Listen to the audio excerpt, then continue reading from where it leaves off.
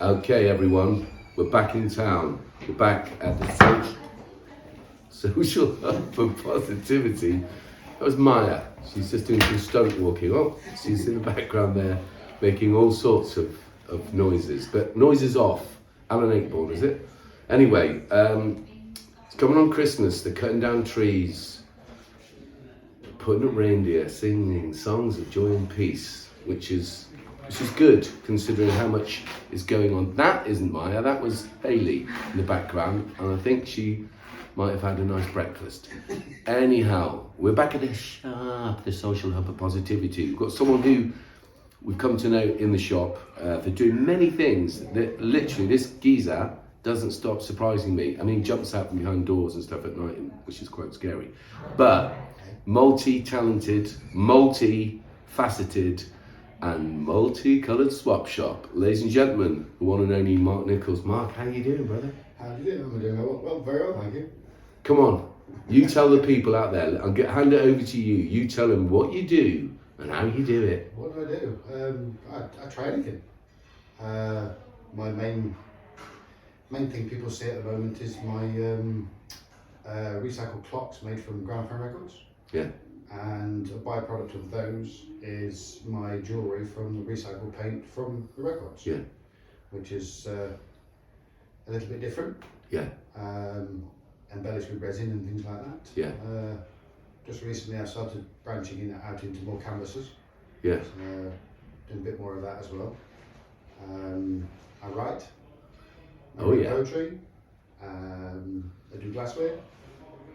I try anything. Yeah. Anything that allows me to switch off the world and switch on my head. Yeah. I find it's so good to relax and just de-stress and just let your brain do what your brain wants to do. Yeah. I mean, it's quite unusual. Now, obviously, you know that there's multitudes of, literally multitudes of artists that come into the shop. Yeah. Right, so they all manner of, and that's what's the great thing about art is that there's so many. That's the great thing about it. Variety is just. With massively social distance, in case, in fact, more normal than normal because of the new pandemic and the new variant. And I'm on the tail end of a swollen glands, which is killing me. Sorry, I do apologise. Yours is very unique in the wider. That this ain't gonna work for me. I can't work like this. I want a new throat or a new haircut, one of the two, or both. What I'm saying is, it's actually quite unique in the spread of work that we've got in this shop, and we've got loads.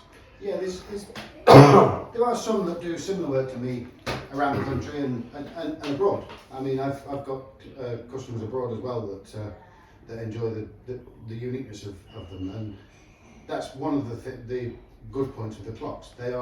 Each individual clock is completely unique. Yeah. It can't be replicated. It can in style and colour. Yeah. But the actual patterns on the clock are totally unique. You're letting the paint do what the paint wants to do. Yeah. Explain it a bit more to people that hopefully we're going to get some coverage of this. We'll show some examples. Obviously, if I die during this interview, just keep going. Yeah. Because we've been waiting so long to do this interview. We've got to get it out of the way now, haven't we? Now, I've been wanting to interview for ages, as you know. I've had to rearrange things. Rearrange a bit more in a minute. Can you explain the process? Because yeah, I've done a couple of workshops here now. Yes, which was the other thing. Children and adults. Yeah. And everybody loves the simplicity of the process. It's basically an old gramophone record up to 100 years old, which in reality has no monetary value to anybody anymore. Yeah. And the facility for playing them is extremely rare. So I'm recycling them up. We take a base coat of acrylic paint, we apply that to the record, and then we layer paint in different methods, in different receptacles, and we pour the paint onto the surface of the record. We use funnels, we use sink plug drainers, we use chains, we use cups, so many different, anything that I think can create a different pattern or create a different effect when pouring, we'll try anything. Yeah. And that's one of the things that makes them really unique, because you just never know what. I even poured on a dog ball the other day. You put on a what? On a dog ball. A dog ball? Yeah. My God. Sorry though, I thought I was going to have to quickly get Hayley to ring the RSPCA. A dog ball. So it's a very simple process, and it really is fluid art, because whilst you can guide the paint in certain ways, Yeah. you can't guide how the colours will interact with each other Yeah. on a surface of paint. Yeah. And that's the uniqueness of it. Oh wow, that's amazing. And it's practical, it's really decorative. I am your salesman, aren't I? I saw a couple of the people collect their pieces the other day. Yeah. Now, so the interesting thing is that Mark also does these, as he said, these workshops. So when they collected them, they were in the boxes that you put them in. There's just, so I just stopped them. They don't think they knew who I was, which is possibly better for most people. Said, right, can I just have a look at them? And they were amazing and totally right. They were, both totally unique. But both of the people were absolutely delighted because you'd offered them. People, when we show you this, we'll have to do some footage of this, Hayley. We'll have to do some footage of Mark's beautiful bits, and all the bits actually that you've got in the shop. But it's that uniqueness and its practical application, because it's a clock, and they look really amazing, and people do come in, and obviously they buy them, which is fantastic. But I love the fact that you do workshops. It's like, not everyone would do a workshop, because We do have Lucia Lovett to blame for that. yes, She was the one that initially twisted my arm to do them in a gentle persuasion way. yeah, no, it's fantastic. Yeah. But not everyone would. So tell me this: when did you take up doing that? I started doing art in the back end of the first lockdown. Right, so it's a lockdown related thing. Yeah. Wow, I thought you'd been doing that forever. No, I started, Not forever, but not quite 2 years ago. Yeah. I started. I was actually recovering from 2 cancer operations. Really? So I wasn't in lockdown. I was in recuperation. Yeah. And I had 3 months to either go spare in my head, Yeah. or find something to do. Yeah. And I've always liked to read. So Yeah. I thought, all right. So in the first lockdown, I wrote a book. Really? The second part of the lockdown, I wrote into poetry. Yeah. And then the creativity just evolved. Yeah. I need help. No, because this is the idea of the shop: is that people inspire other people, and obviously it's a response to the lockdown. Because in our normal work at Can Do, we would have people who come and work alongside us from all sorts. People. I think people think we just do teenagers which is obviously work with teenagers, because. Well, that's what I enjoyed about the 2 Yeah. workshops that I did. Yeah. It was little 5-year-old children That's up it. to Yeah. full-blown adults and artists from Yeah. the store as well. Yeah, totally. So that's my point about Can Do. We work right across the community. So we work with babies, we work with pregnant, women, usually pregnant women, and all the way through senior citizens. We do intergenerational projects. We use the arts because there's some sort of emotional response to it. Oh yeah. Inspiring people to do any form of art for the very reasons you've mentioned, really. That's another cough. It's a different cough from a different direction. Those 2 coughs that we've got are related. I just want to tell you that if anyone thinks that you can have one of those coughs, you have to be related to us. That the whole thing about doing it in lockdown is immense, because I thought you'd done that for years, and you just like, come out of lockdown, can I put these up? It's like, yeah, amazing, mate. Yeah, absolutely. And then it's like, now finding that out, and also recently your poetry, it's like, and the other stuff that you got on sale. Can you, we make sure we do a really good bit of footage about all Mark's stuff and the poem? Because the poem that you sent us was response to that brilliant interview with, I didn't do an interview, I did the interview, but the actual interviewee, like yourself, very interesting person, Adrian Temple Brown. Oh yeah, I've watched it several times. Yeah, it's amazing, isn't it? And this is what I like. I think I've inspired. It's the kick in the pants that Yeah. most of us actually need. Yes, yeah. It's incredible, isn't it? The actual depth of his knowledge. Ironically, he didn't get voted in as a councillor, and that was. Well, that's not a surprise, is it? Well, no, it's not. But He's got a mouth that works and a Yeah. brain that does as well. yeah, That's not a politician Yeah. method, is it? no, no. Apparently not, and I think it's quite shocking. I think what I've realised, because I did a load of those interviews, and what I'm going to do is I'm going to do a sort of précis of the year to compare the interviews that the politicians that were trying to get elected pre-election and what they've been doing since. So what they said they were going to be doing. So the follow-up's actually going to be quite short. The follow-ups are going to be quite, and particularly the stuff that people don't hear about, all behind the scenes, what various politicians have and haven't been doing. I think you'd be shocked. You'd be shocked in a small I might town. be a little bit surprised. I think shocked would be the wrong. No, you're because politicians fail to shock anyone. Yeah, I know, but you wouldn't think on a local level that would be possible. You think that they were actually, because they lived in, well, not all of them live in the community, which is quite worrying as well. Don't understand how someone who doesn't live in the town could represent the town, but that's just another one of my, this doesn't sound straight, that's not right, surely. I think the qualification of wanting to be an MP should be the one that stops you being. Yes, now MP is another thing. Now that is absurd. That's absurd. Because if you were to look at Michelle Donlan, for instance, bless her, I'm sure she's a lovely person, and I mean that. I'm not being whatever. But because she's part of the party politics, that's why the Lib Dems in Chippenham don't work. It's like they vote together regardless of the integrity or the.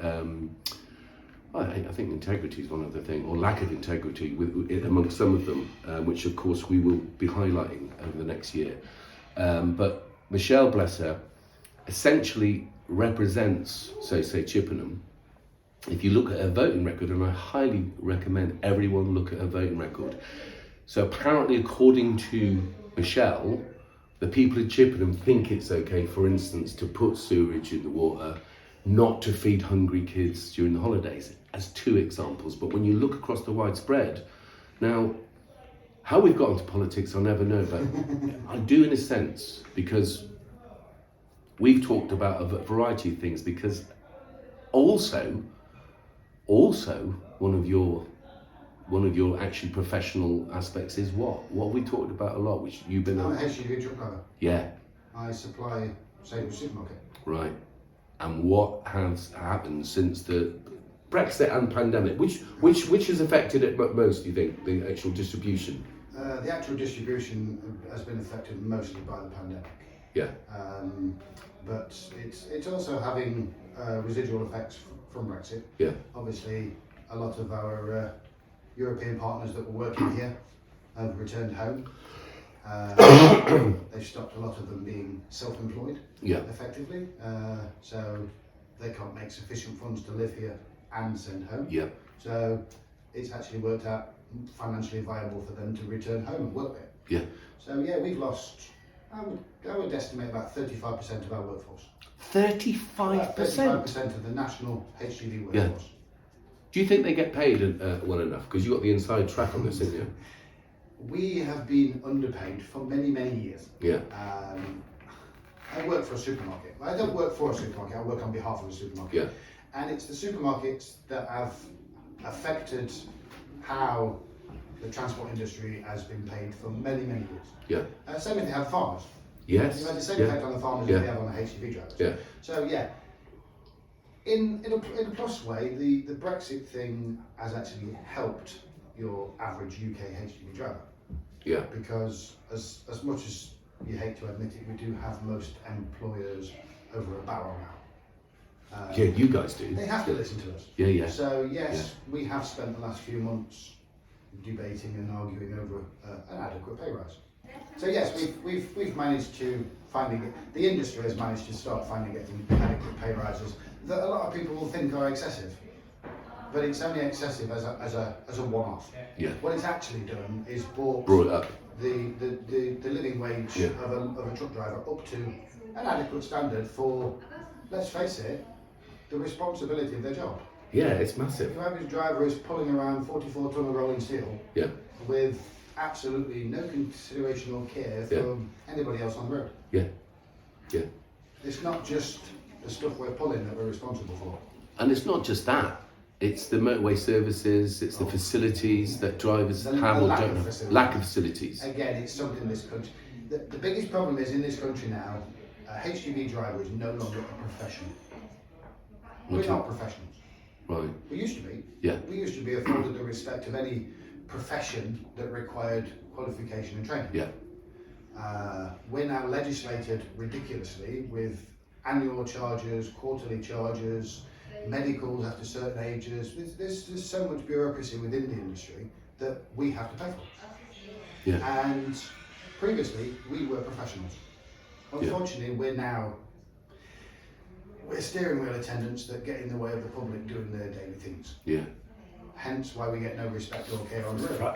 It's frightening though. I always think, but I was shocked by all the stuff that's come out about it. How often do you drive down the road or walk down the road and hear a strange noise of a reversing vehicle, or the new ones are warning this vehicle is turning left? Yeah. You know, how often do you hear it? Not very often. But every single truck out there's got it on. Wow. So, are we invisible? God, no. No. Scary thought, Isn't it? 44 ton. Yeah. No. Well, yeah. Absolutely. Which is the part of me which was shocked at the lack of pay and conditions when it all came out, because I used to work at Lee Delamere years ago. I meet truckers on a daily basis, and they got special dispensation from the company, food discounts, special areas, showers and stuff. All gone now, basically. Right. I was going to ask you. Our European partners do it, right? Yeah, I was going to say, but doesn't it you appear? Go to Europe, Oh I my used to God, drive yeah. in Europe, and Yeah. you get to a truck services, Yeah. and that's the key. Yeah. It's a truck services. And everyone else is You just don't fight for caravans and yeah, cars. yeah, You park up, you go and book your shower, yeah. you give them your laundry, Wow. you go and sit down and have a meal and a drink if you want to. Yeah. By the time you've done that, your laundry has been washed, pressed and ironed. Wow. You go and Wow. have That's your the shower, way. Yeah. and you're in a nice clean Yeah. area where you can sleep comfortably at Yeah. night, knowing that the next morning you're going to wake up, you've still got a full Yeah. tank of diesel, and your curtains are not flapping in the breeze. Yes. Yeah. Unlike the UK. Yeah. Yeah. Yeah. What? So you don't do Europe anymore? I don't know. I'm a homeboy now. Yeah. Do you think a lot of British drivers would stay because is it not When relative? I did Europe, probably 3 out of 5 trucks I saw was English. Yeah. Now you'd be looking to see 1 in 10. Wow. Wow.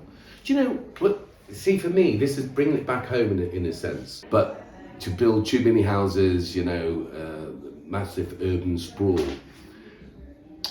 on county farms at a time when you're kind of looking and thinking, wait a minute, between Brexit and the pandemic, We need to produce ourselves. thank you, food, locally sourced food now on the sustainable development aspect, going back to Adrian, going back to Jonathan Borwick, going back to the start of Can Do Arts for Sustainable Development. But the idea that without any thought, we'd be building yet more unnecessary houses, because remember, we're only getting that amount of houses because we've got a railway line and a motorway. In a time in our human development when we shouldn't be building willy-nilly, what everyone says, for me, we have to change the way we use housing. Housing you shouldn't be able to make profit out of. Council housing is adequate back in the day and it should be reinstated, although Wiltshire Council have come up with this new cunning idea where they've actually formed their own, apparently, property development company. People should look into that. It's like, isn't that council housing? No, it's basically where we sell off, they allow property developers to build willy-nilly, by the looks of things, without much consideration for the people already in the existing town. Now, in this town, how long have you lived in Chippenham? I've only been here 2 years. You've only been here 2 years?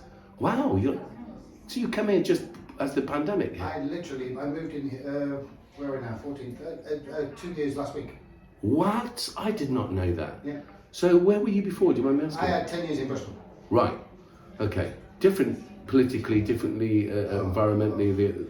What would you say the big differences are besides population?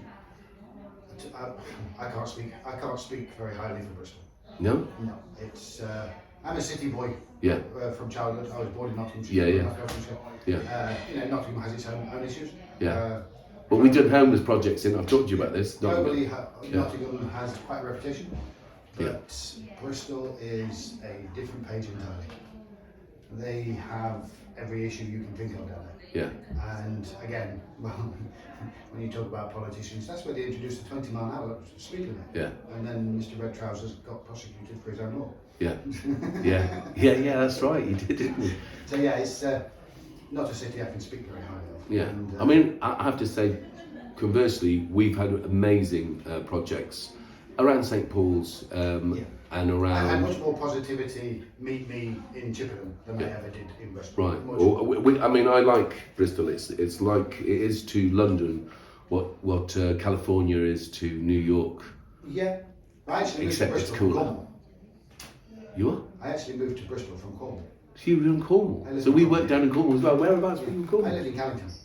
Right. Okay. So we work all over that. Yeah. And it's a popular misconception, isn't it? Particularly people that buy all the second homes down there, that it's quite a desolate place in the winter, isn't it? Oh, definitely, yeah. It's the only time we could actually get anything done down there. Yeah. Because the rest of the time it's heavy traffic. Yeah, yeah, Usually caravans. yeah. Absolutely. We did a feature film down there, and we had to change one of the locations because we knew, even though it was only 4 miles away from Perranporth, St Agnes. Take 2 hours. Exactly. So we couldn't. We had to. And thankfully, the people in Perranporth are fantastic. You should look at that film, everyone. It's a marvelous film. Back to the locality, back to this area. But this, because we work up and down the country, we can compare and contrast. We work in Manchester, Brixton, you know what I mean, all over. We've done stuff all over, Newcastle. I can keep just naming places. Nottingham, But as you know. It shows the state of the country when you have to go that far afield. Yeah, we have to go there because we're quite specialist in what we do. And this is the other thing about being based in Chippenham. That's interesting that you've only been here 2 years, so there's loads to catch up about what has and hasn't been going on over I the years. live on a county farm. You want one? I live on one. You live on a county farm? What do you mean you live on a county farm? This is a converted barn on a county farm. I'm gonna live on a converted barn on a county farm. What? Do you really? Yeah? I live out in Tingley. Right. But is it still functioning as a farm? It's now a small family-run farm, so... Right, but a farm produces... They do most of their work for other farms. Yeah. They still do arable themselves and a little livestock, but Yeah. most of the time they now work for other farms. They have Yeah, yeah. machinery in place, so Yeah. essentially. So it's still a farm though? Yeah, Right, it's a okay. farm. What I'm saying is if it had loads and loads of unnecessary Yes, that's housing... in my back garden. Yeah. If it had, so we need to change up the thinking with regard to... you right there, Haley? Thought I was being shot at by the Lib Dems. No, it's the farmers. Yeah. Well, but you know, it's like it goes beyond common sense. The only reason people could be making these decisions to build on those things is for money. I don't know if they're getting backhanders or not. I'm not suggesting they are, but I think everyone would consider money has to be the driver. Now, I think that with the housing, Swindon is the perfect example. yeah, They're in the middle of a 15,000 home building spree, yeah, and their biggest employer shut their factory. yes, Why are they absolutely. building another 15,000 homes in a town that's Yes. struggling to survive? Yeah. Oh, that's because Amazon are building there. Yeah. But with Chippenham, it's literally all the infrastructure. There's no infrastructure for young people. I was brought up in the social services, so Right. I've been through the whole journey, and I've never met anyone within the social services that were there for actually the benefit of the child. Right. Well, we've worked with them closely for the last 24 years. I would say we've won awards with them, with the social services. It's hugely improved over the last few years when a lot of the unmentionables have been brought to light. Yes. But it's still a system that is severely broken for Yeah. young people. Yeah. Oh, absolutely. So we've been working with. We took a group to America to do a project with Native American on two Native American reservations. We'll go to the ends of the earth, by the way. I've been interviewed many times about the work we do with children in care, and it's, for me, you have to treat the children in care like they're your own kids. Unless, of course, you beat and you abuse your own kids. What I mean is, in the same sense of, wait a minute, what offer are we going to give this child? Well, we work alongside now some amazing people from both the county and foster parents, right? But we've also, over the years, worked in not just in Wiltshire, all over the country. And I recently got to know and talk to you about these situations and gone, wow, that's interesting. Not as interesting as what's going to happen to Hayley if she keeps popping that thing, but similar. So I'm interested. Well, you know, you would be possibly more able to understand the plight of the child in care. Oh, most definitely. Right. As I say, that hasn't changed in the last 60 years. Yeah.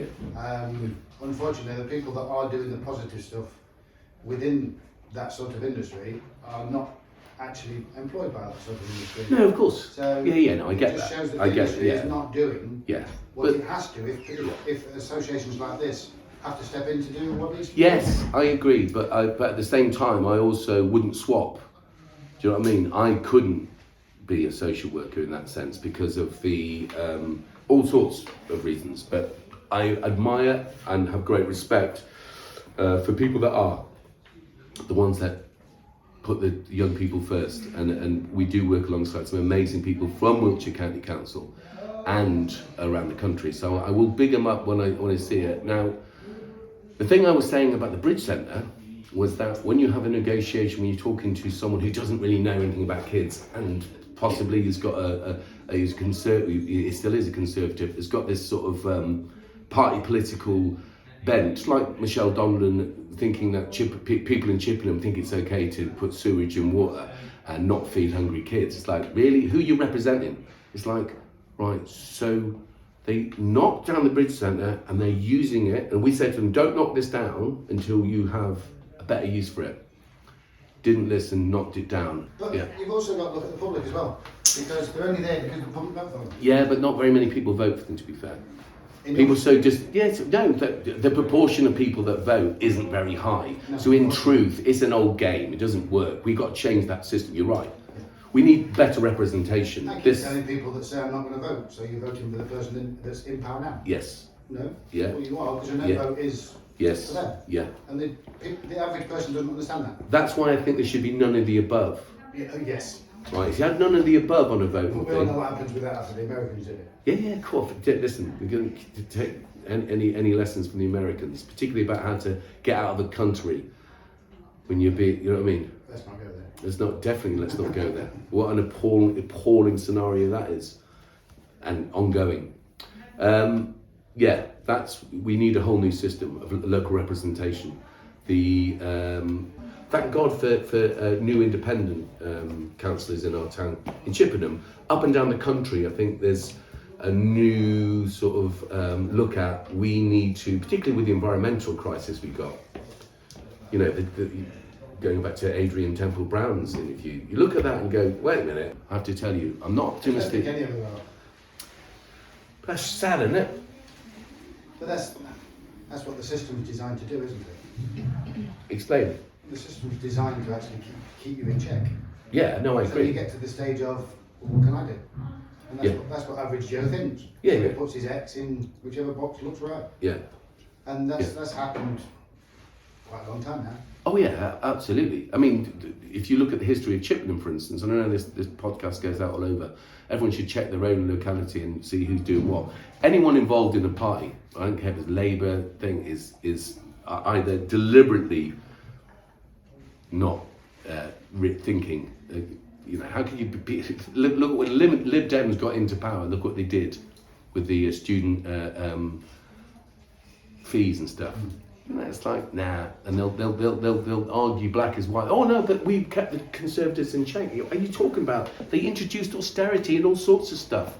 It's appalling. It's not about the money, though, is it? No, of course not. It's about the haircuts and the fancy dress. And the free beer in the comments. Oh my goodness, yeah. Moving forward, what are your plans? I mean, the stuff that you've got here is amazing. What other things are you thinking? Have you got new lines coming out? It's crazy talking to you about this, though. Honestly, I thought you've done it for so many years. Where it goes. It's Yeah. my creativity is just as fluid as my artwork. It's brilliant, mate. It goes everywhere. Yeah. I was actually talking to Lucia about the gramophone records that I have are Bakelite. Yeah. And I've now got a plan to effectively melt them, which will create shellac and start Right. moulding them into other things. So again, Yeah. recycling Yeah.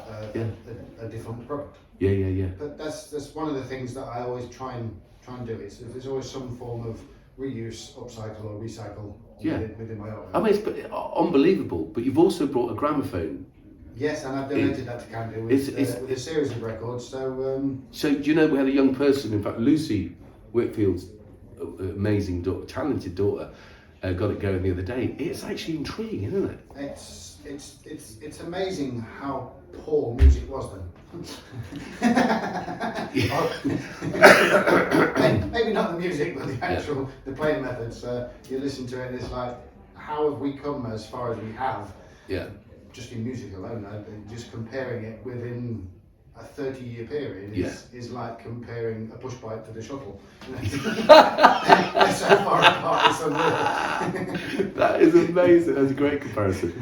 That bang in the background, by the way, it was Hayley cracking her head against something. I just thought I'd point that out in case the mum's watching. She's in trouble. Well, she's almost concussed. So yeah, I don't know where it's going. I love it. I don't plan it. Things just happen. Even more so since I've realised you've only been doing it for 2 years. I have to say I was impressed anyway, but it's like, that is remarkable. What I'd like though, I'd like you ladies, whatever you think you're doing, whatever's going on here, right? Okay, this is the most bizarre interview I've ever conducted. I've conducted a few. Is to take the cameras. Can you do a demonstration with that? With the gramophone? With a gramophone. Basically, this is the last production of the box gramophone record from the 1940s. And all you need to do is, I've worked out that a full play is approximately 40 turns. And needle swings over, switch the drive on. And when I say needle, it's more like a nail. And the sound is actually amplified through the box and comes out at the side of the record arm. And depending on the music, you can actually speed it up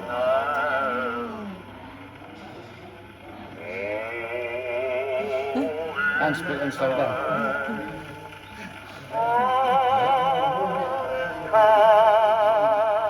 Can we hear how it sounds slower?